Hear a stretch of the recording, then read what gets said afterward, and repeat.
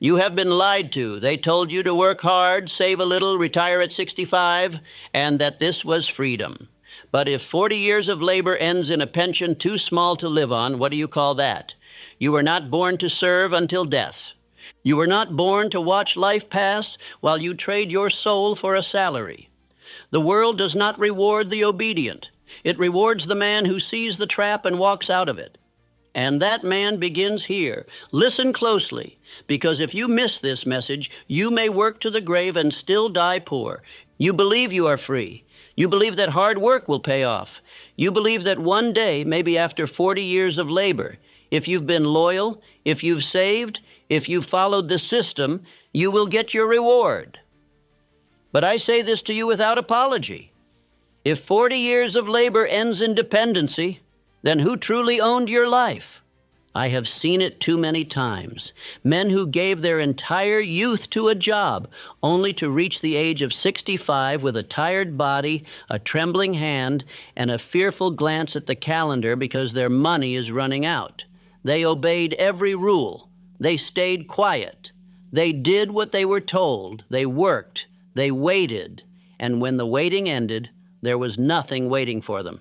I ask you again, who owns the life of a man who gives it away one paycheck at a time, only to die uncertain, unfree, and unremembered? You must understand this. Slavery has changed its costume, but it has never left.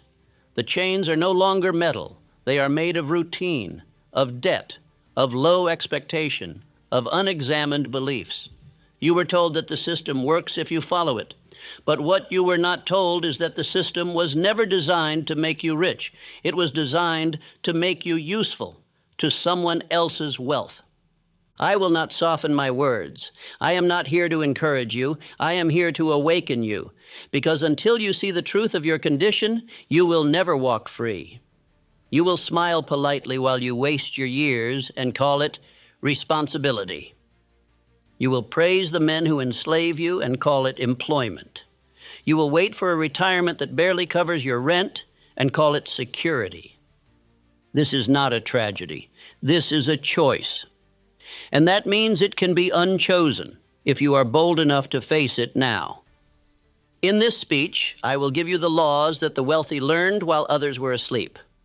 I will tell you exactly how Carnegie, Rockefeller, Schwab, Ford, and Lincoln rose from nothing, not by chance, not by favor, but by alignment with truth and obedience to law. You will learn why work alone will never make you free, why retirement is the reward of the obedient, not the free, how schools are designed to shape employees, not owners, why your job is not a plan, it is a placeholder, how the rich obey invisible spiritual laws that poor men ignore, how your daily habits form the prison you call life, why waiting is the enemy and movement is the cure, and how the man who refuses to serve eventually becomes the one who commands. You will answer these questions. What is my life really producing? Have I mistaken obedience for purpose? Why have I delayed the building of wealth? What must I stop doing immediately? What must I repeat every day until my freedom is real? If you are honest, truly honest, you will realize that you are not free. Not yet. But if you stay with me, if you listen to every word, if you repeat what I teach and apply it with precision, you will no longer work until death. You will build a life that works for you. And let me say this plainly, the chains are in your habits. The key is in your mind. And this is your last warning before time makes the decision for you. Affirm this aloud now. I refuse to work my life away and die poor. I was born to own, not to obey. Let us move forward now into part one. Work alone will never make you free. You have been taught to believe in labor. You have been told that hard work is the answer. That if you simply clock in, stay late, serve well, keep your head down, you will one day rise. But the truth is this, work alone will never make you free. You can sell your strength to another man's dream for 40 years and still die without a name. You can give your finest decades to a factory, to a company, to an office, and still retire into scarcity, watching the calendar and the checkbook with equal fear. I do not speak against work. I speak against misplaced loyalty. The man who works without thought is no better than a machine. The man who works without purpose is no freer than a mule. And the man who works without ownership is still a servant, no matter how large the paycheck appears. Let me teach you the difference between labor and wealth.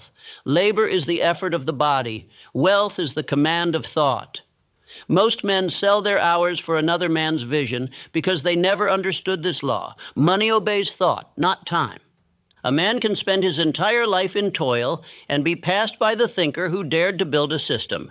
One man digs a hole, the other sells the shovel. Who do you think gets rich? The poor man always points to effort. He says, I worked hard. I showed up every day. But he does not realize that the reward never goes to the one who merely shows up.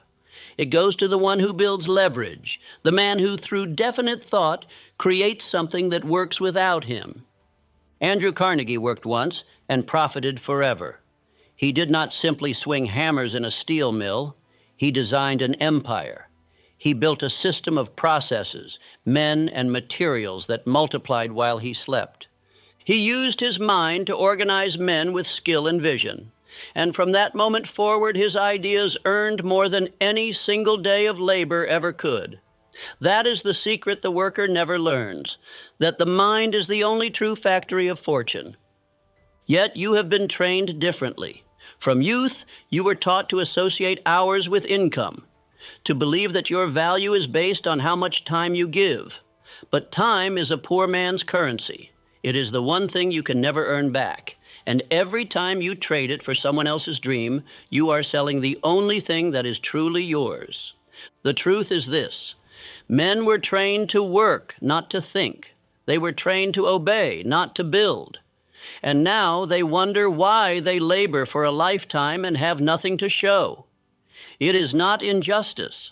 It is programming, and it must be broken. You cannot continue to believe that more effort will bring more freedom. It will not. What brings freedom is ownership. Ownership of thought, ownership of systems, ownership of purpose. Until you stop working blindly and start working with definiteness, you will always trade your life for crumbs. Listen to me. A man who never escapes hourly labor dies a servant. It matters not whether you wear a suit or swing a hammer. If you trade your time for pay with no greater plan, you are merely a more expensive slave. But there is a way out. There is a new law to obey, a new identity to form, and it begins here. Affirm now, speak with power. I do not sell my life for crumbs.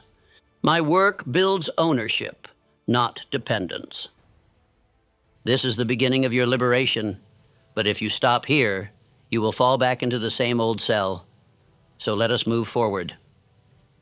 Part 2, The Retirement Lie, a Slave's Reward. You were told to wait. Wait until your 60s. Work while you're young. Save a little here. Sacrifice today so you can enjoy tomorrow. And when tomorrow comes, you're tired, you're broke, and your freedom is nothing but a memory you never lived. Retirement is the lie they gave slaves so they wouldn't revolt.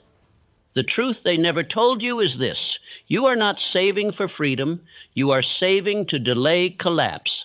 The whole structure was built on the assumption that you would obey long enough to become too weak to question it. They gave you just enough security to keep you from running, just enough hope to keep you from asking, and just enough fear to keep you working. I say this without apology.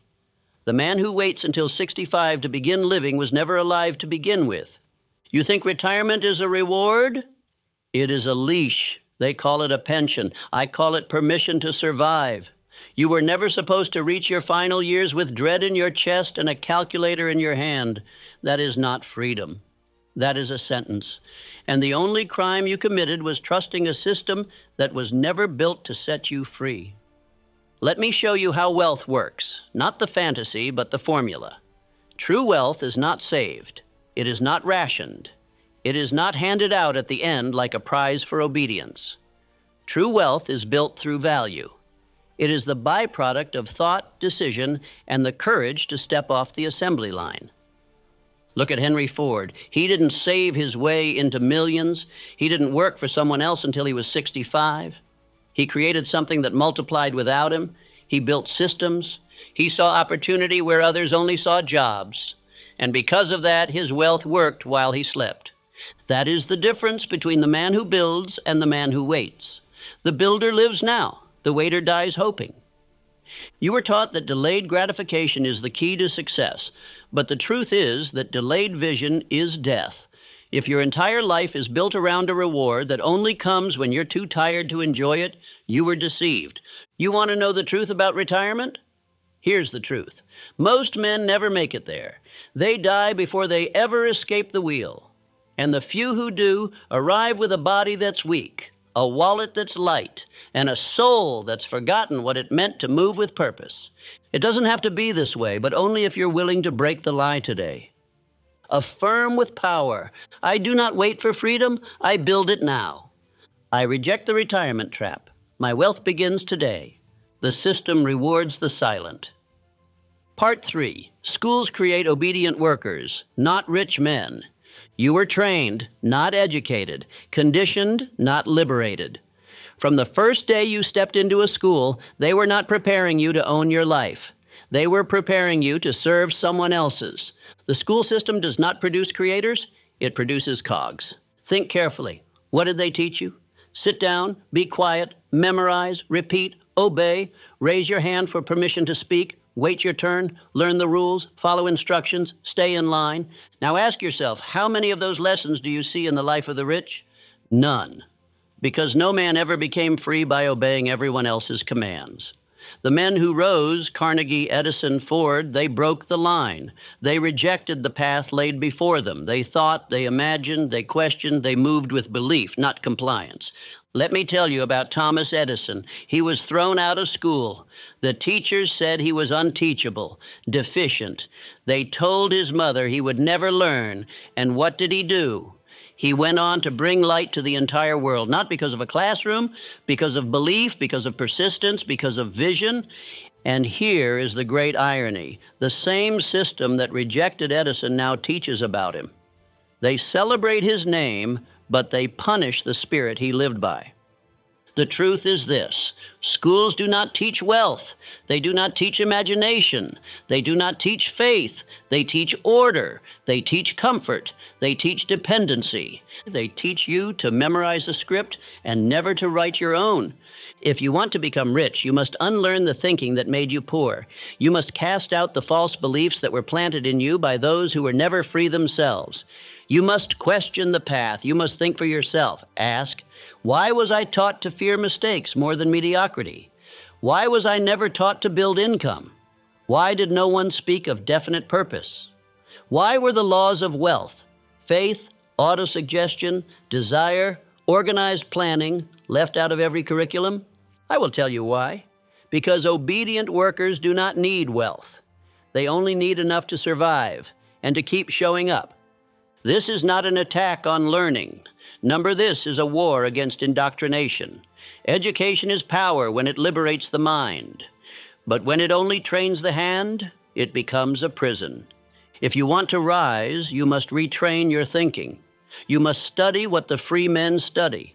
You must speak like the man you intend to become, not like the one you were trained to be.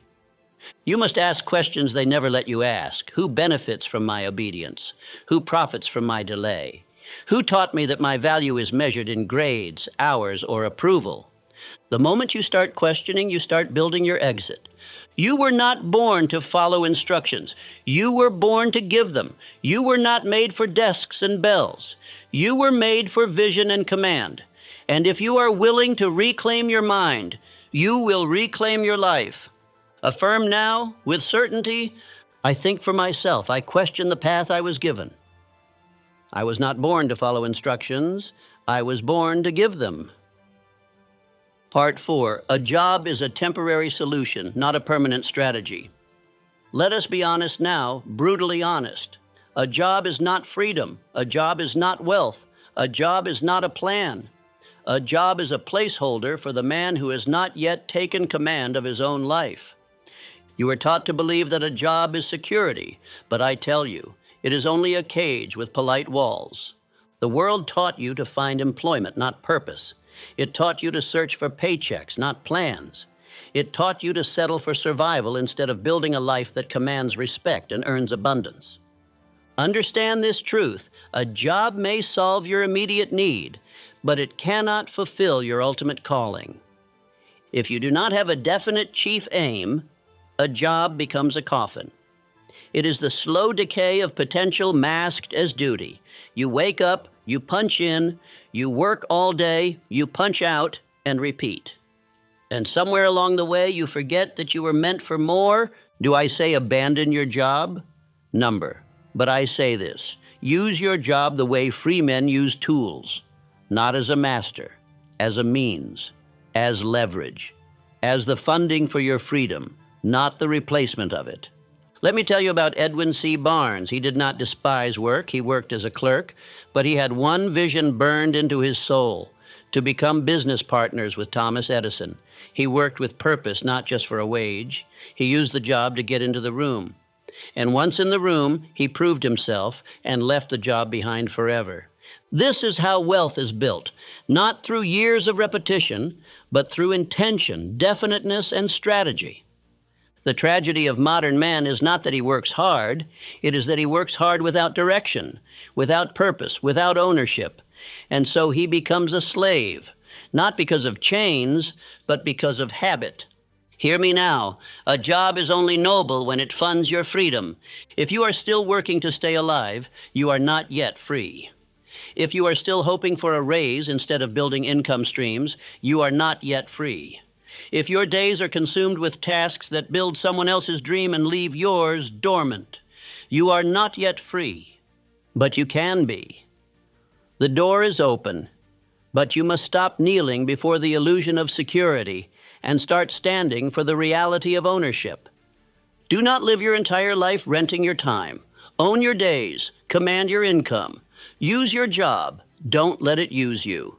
Say it with conviction. My job is not my identity. It is my tool. I use my job to build freedom. Part 5. The rich man's laws are spiritual first. Let the world keep chasing money. Let them scramble for crumbs. Let them trade hours for coins and sell their birthright for wages. You, I am speaking directly to you, you must understand what they do not. The laws that create wealth are spiritual before they are material. You cannot rise until you rise in mind. You cannot earn until you believe you are worthy. You cannot command until you obey the laws that govern riches. Not the laws written by men, but the ones written into the very structure of the universe. There is a divine law behind every fortune. And if you break that law, the money will break you. You have been told money comes from effort. I tell you plainly, money comes from alignment. You must align your thought with your belief with your words with your action, and your action with your plan. This is law. This is order. This is power. Look at the lives of the wealthy, not the ones born into it, but those who built it. Rockefeller tithed not out of superstition, but out of principle. He honored divine law. He believed money was a stewardship. He structured his empire not just on business, but on internal discipline. Andrew Carnegie surrounded himself with minds greater than his own, not because he was weak, but because he obeyed the mastermind principle. He believed that riches were attracted to unity, to definiteness, to mental harmony. Edison repeated the vision of electric light to himself long before the world believed in it. He walked with certainty while others mocked. He obeyed the invisible law of belief, faith applied to a definite aim. Do you understand now? It is not business alone that creates wealth. It is belief. It is spiritual alignment. Faith is not religion. It is power. It is seeing the invisible as though it were visible. It is holding your vision with such intensity that the world must obey. And what of autosuggestion? The world calls it foolish repetition. The rich call it mental programming. They know the subconscious mind must be told what to do. And what you say to yourself with emotion becomes instruction. And the subconscious executes what it is told. If you wake each day and speak defeat, delay, weakness, you have issued orders for poverty. If you wake and declare belief, wealth, clarity, you have issued orders for victory. And planning, do you think riches obey the man who moves without a map? Never. Wealth is a general. It responds to organized offense. Write your aim, write your steps, review them daily, adjust, attack again. All of these, faith, definiteness, repetition, planning, are spiritual in nature before they ever manifest a dollar. This is why the poor man may work harder than the rich and yet remain poor, because he works with muscle while the other works with mind. One sweats without direction, the other thinks with precision. And the man who thinks according to law will earn in 1 year what the other cannot earn in a lifetime of labor. You must master these laws.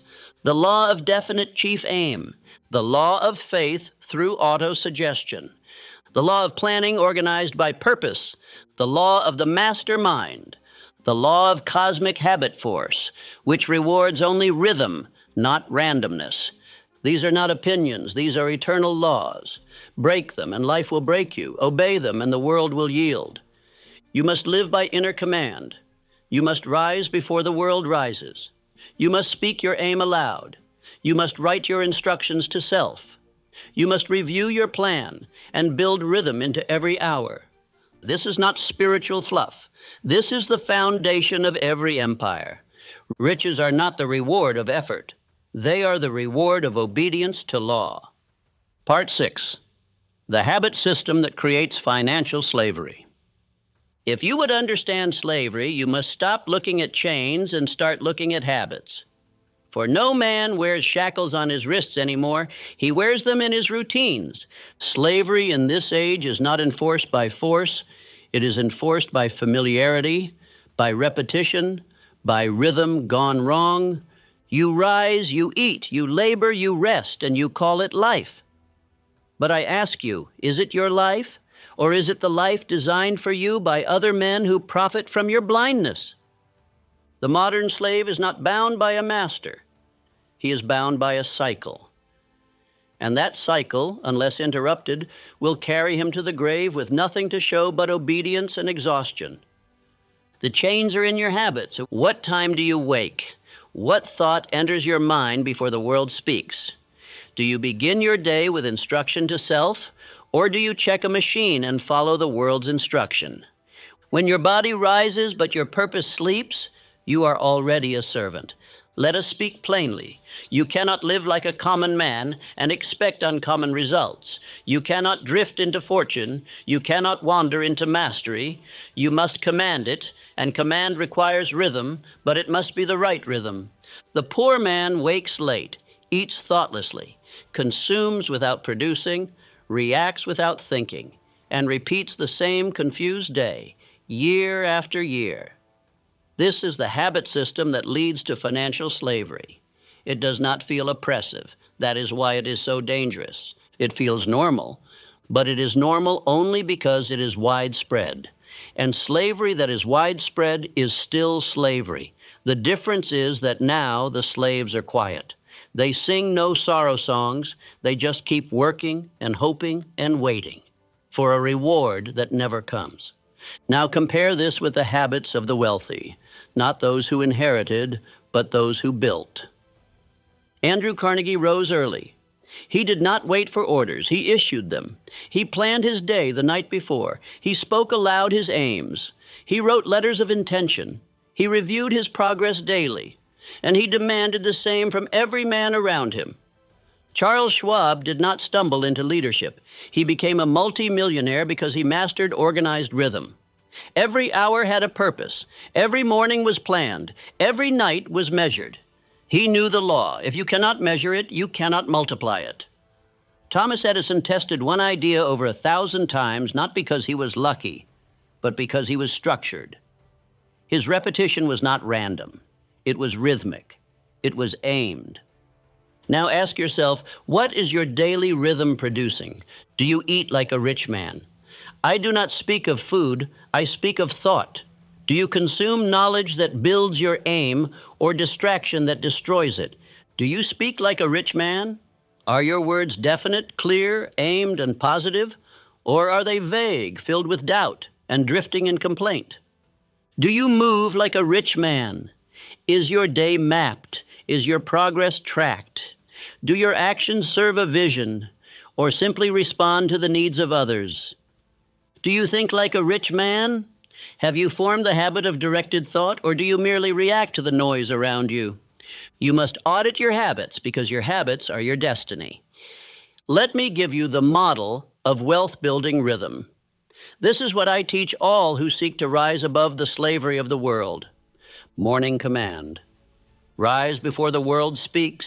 Speak your definite chief. Aim aloud. Read your plan for the day. Repeat your wealth affirmations with emotion.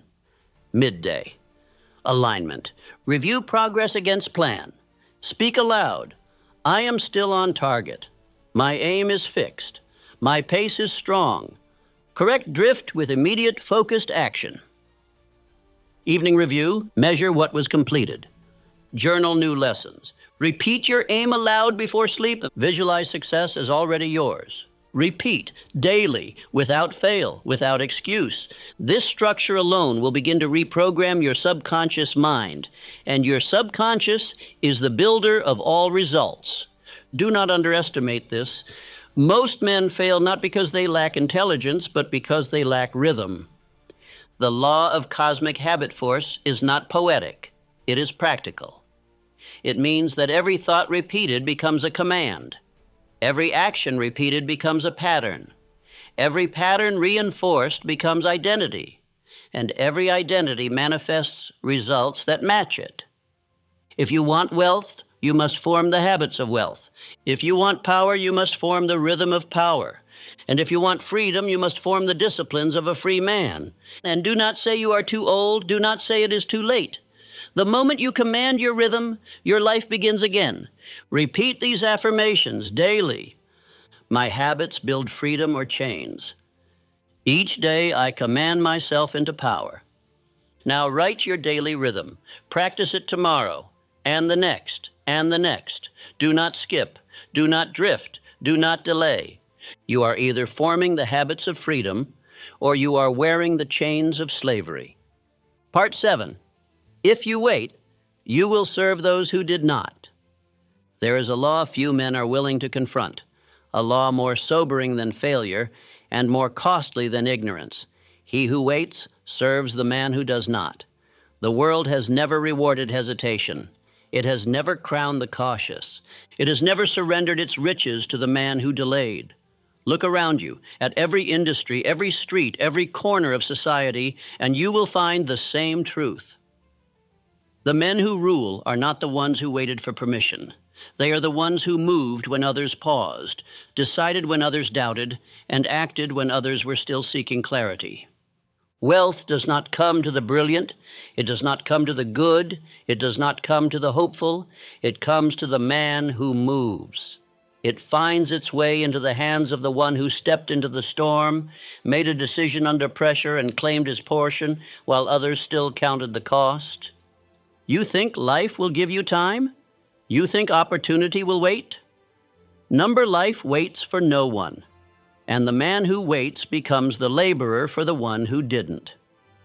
Abraham Lincoln, a man of great principle but greater movement, understood this law. In the darkest hours of his leadership, he did not sit in endless counsel. He moved.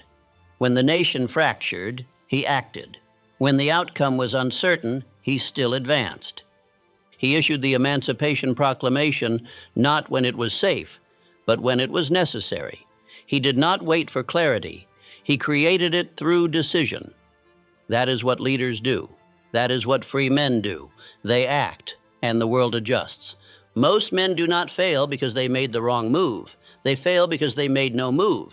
They wait for the economy to shift, for the perfect plan to emerge, for fear to disappear, for someone else to show them the way. But understand this, waiting is not neutral. Waiting is movement, backward. Every day you delay, another man acts. Another man builds. Another man claims the ground you forfeited.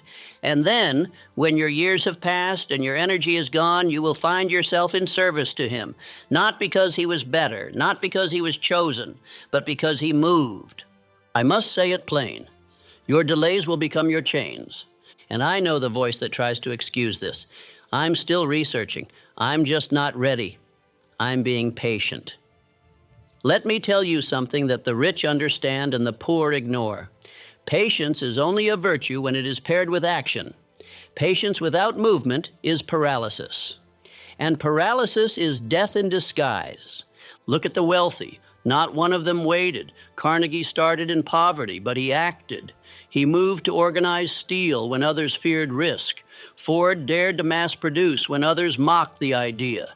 Edison declared his inventions before they worked because he understood the law. Movement precedes manifestation. So, what are you waiting for? Are you waiting for the economy to improve? While you wait, someone is creating their own economy. Are you waiting for more knowledge? While you wait, someone with less intelligence is building more wealth. Are you waiting for courage? Courage is not something you feel, it is something you decide. The tragedy is not that men fail. The tragedy is that they delay and delay and delay until the very life they wanted is now owned by someone else. And so I warn you, as a man who has studied failure and fortune alike, if you wait, you will work for the man who didn't. If you hesitate, your children will serve the children of the man who didn't. If you pause, your dream will be built by the man who didn't, and your name will not be on it. You may think you are being cautious, but the law of the world is movement. Those who do not move are trampled, and no excuse will spare you.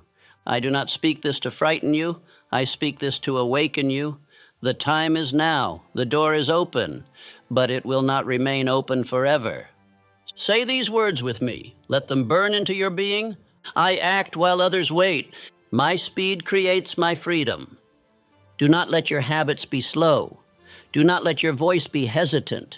Do not let your life be a monument to what could have been. Move, decide, building now. Part 8. The man who refuses to serve becomes the one who commands. Let us now bring every law, every truth, and every warning to its final conclusion, identity. For until you transform who you are, no change in your habits, no change in your income, no change in your environment will last. This world does not obey the man who performs. It obeys the man who commands, and no man can command until he first refuses to serve. I do not speak of service to others, for there is honor in building, in giving, in contributing. I speak of servitude to fear, to routine, to wage, to mental chains. The man who wakes each morning only to serve the vision of another, who never writes his own aim, who waits for orders, who drowns in tasks without purpose. That man is not free. That man is not fulfilled. That man is not the master. And I tell you with the force of law, that man can be transformed. He must. Or else he will become what this system designed him to be, a worker until death, a consumer until empty, a servant until forgotten. The turning point, the line between labor and leadership is this: self-command. Not emotion, not wish, not even effort, command. And that command begins with the mind. A man who masters himself no longer obeys the world. The world obeys him. The market shifts to make room for his value. The people adjust to match his belief. The money moves toward his aim because he moves toward it without hesitation. Let me speak to you plainly now. You can die as a laborer or rise as a leader. The difference is not money, it is thought, discipline, and decision. You were not born to merely work. You were born to build. You were not born to be instructed. You were born to direct. You were not born to comply. You were born to create. And if you are still breathing, still hearing these words, it means it is not too late. But understand, this is the final gate. You must cross it, or forever live beneath it. What must you do? First, write your definite chief aim. Not tomorrow. Now decide who you are, what you demand from life, how you will serve others through your purpose, and make it clear, bold, and written. Second, build daily command. Do not trust motivation, trust repetition. Every morning, read your aim aloud. Every night, speak your belief in your wealth, your power, your identity. Shape your subconscious into the man who commands by daily shaping your words. Third, build income streams. A man who depends on one stream is still serving. Build systems. Create value. Use your mind, not just your time. Let your labor fund your freedom. But do not stop at labor. Build ownership. And if you ever doubt that this path works, let me remind you, I walked it. I was the son of a poor miner in the hills of Virginia. I had no inheritance, no connections, no safety. But I had a voice. I had a mind. And I had a decision that I would no longer serve the fear of poverty, that I would no longer serve ignorance, that I would no longer serve the chains passed down by weak men. I studied the minds of the rich, not the surface of their wealth, but the spiritual roots. I studied Carnegie, Ford, Rockefeller, Edison, and I found that every one of them obeyed laws that most men never learn. They mastered themselves, they decided, they acted, they repeated, and they became impossible to ignore. And by mastering thought, I became more than what the world expected of me. I advised millionaires. I built a legacy. I passed down a system, not of tips, but of transformation. And so can you, but it begins now. And it begins with your refusal. Refuse to live as if you are powerless. Refuse to wake up with no aim. Refuse to sell your time for crumbs. Refuse to think small, move slow, act weak. Refuse to die without building something the world cannot erase. You are not here to serve fear. You are not here to obey mediocrity. You are here to command. Let these final affirmations become your oath. I will not be a slave to any man. I was born to command wealth, not to work until death. And now, walk, speak, building live, not as the man the world tried to make of you, but as the man you were always meant to become. This is your beginning. This is your freedom. This is your new law.